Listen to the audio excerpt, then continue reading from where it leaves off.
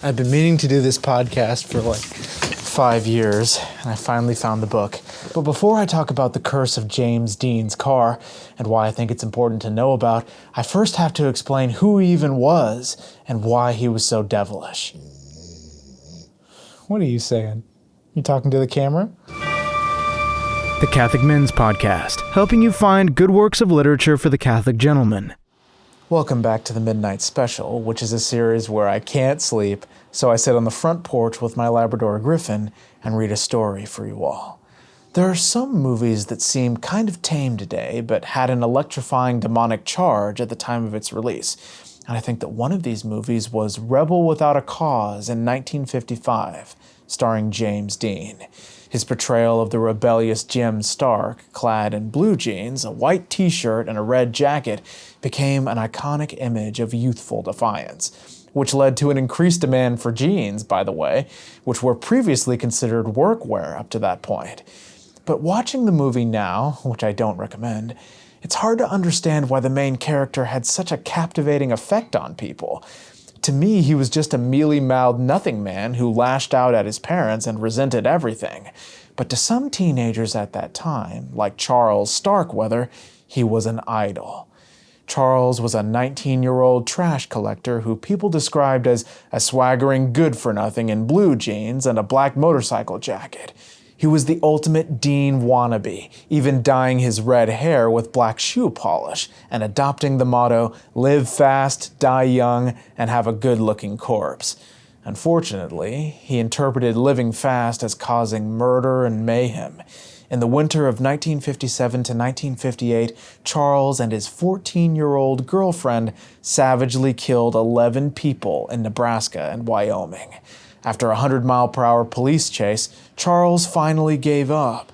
He told the authorities, "I always wanted to be a criminal, but not this big a one," and said that his girlfriend was a hostage the whole time, which saved her from the death penalty. Not so for Charles, however, and at 20 years old, he ended up dying young, just like he wanted, but in the electric chair. Not a very pretty corpse, if you ask me. I think what made the movie so powerful was that it was a reaction against the securitarian mentality of the 50s, where everything had to be perfect. A little family with 2 kids, but just 2 kids, no more than that. Society was trying to forget the cross of Christ and escape suffering. And despite all of that, they still had a lot of manners and decorum from previous generations that were great, but they had forgotten the reason for these good customs, which made them seem shallow and unappealing. So to me, the rebellion in Rebel Without a Cause was against the good customs that were left from a time when people still had the Christian notion of sacrifice. You have to instill that in your kids, because as Paul Claudel wrote, youth was not made for pleasure, but for heroism. So I have some sympathy for the main character in the movie because he doesn't know what to live for. He even says, "I don't know what to do anymore, except maybe die." That sounds absolutely absurd to us because we as Catholics know exactly what we're living for. So do I think that the devil had a hand in making this movie so popular? Yes, absolutely, because it was paving the way for the complete revolt against society in the 70s with the hippie sexual revolution. So with all of this swirling around in my brain, this was a complete coincidence, I walked into a bookstore, and what should I see but a book called The Cabinet of Curiosities by Aaron Mahnke. It jogged my memory because I had listened to one particular podcast with the same name that talked about how James Dean's car was cursed, leading to his untimely demise. Now, I haven't read the whole thing, and I think parents should probably check it out first before letting their kids read it, but I think I should just read you one little excerpt about this demonic car. The 1955 Porsche Spyder was built as a racing car, meant for the tracks rather than the open road. Its design was iconic. Its sleek aluminum body sat low on a steel frame, hugging the ground as 110 horses pulled it along. 2 large round headlights stared straight ahead, almost in surprise at how fast such a tiny car could go. In 1955, only one star had the audacity to drive such a machine outside the confines of a closed track. A cultural icon, a legend, a rebel himself, James Dean. His story is one of misfortune, a young man taken far too soon. His legacy lives on in his films, which are still regarded as some of the most influential in all of cinema. And his car? Well, that has a legacy all its own. It was in late September of 1955 when Dean's Porsche collided with a 1950 Ford Tudor, a hulking two-door sedan with chrome bumpers. He'd been on his way to Salinas, California for a race, pushing the car to its limit.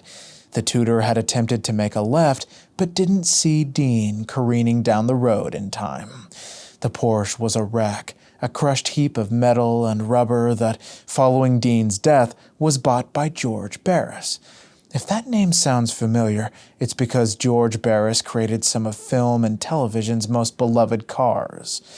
Barris had the wrecked car towed to his shop, but as it was being loaded onto the trailer, it slipped off, trapping the mechanic underneath.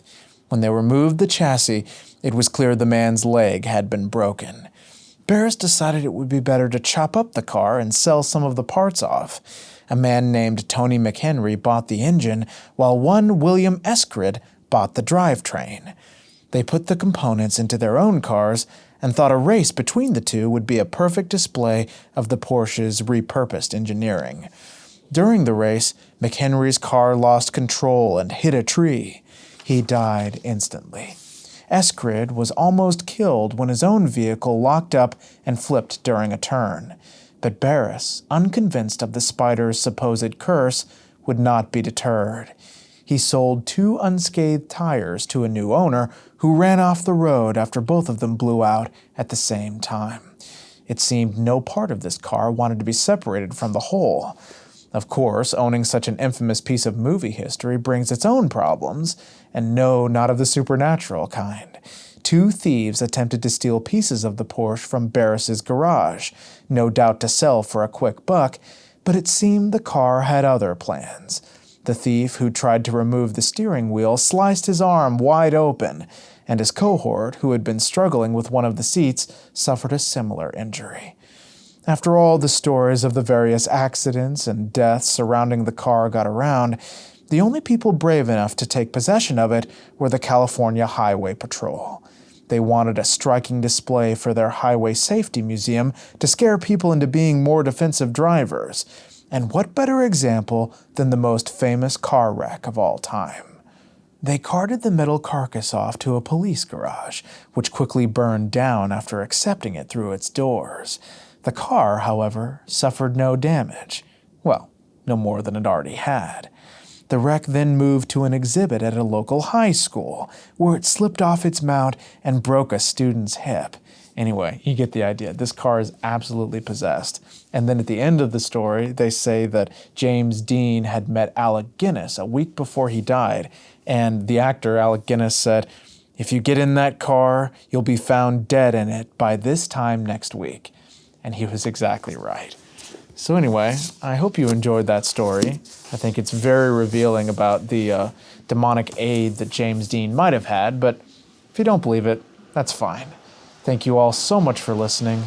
God bless you, and Our Lady keep you.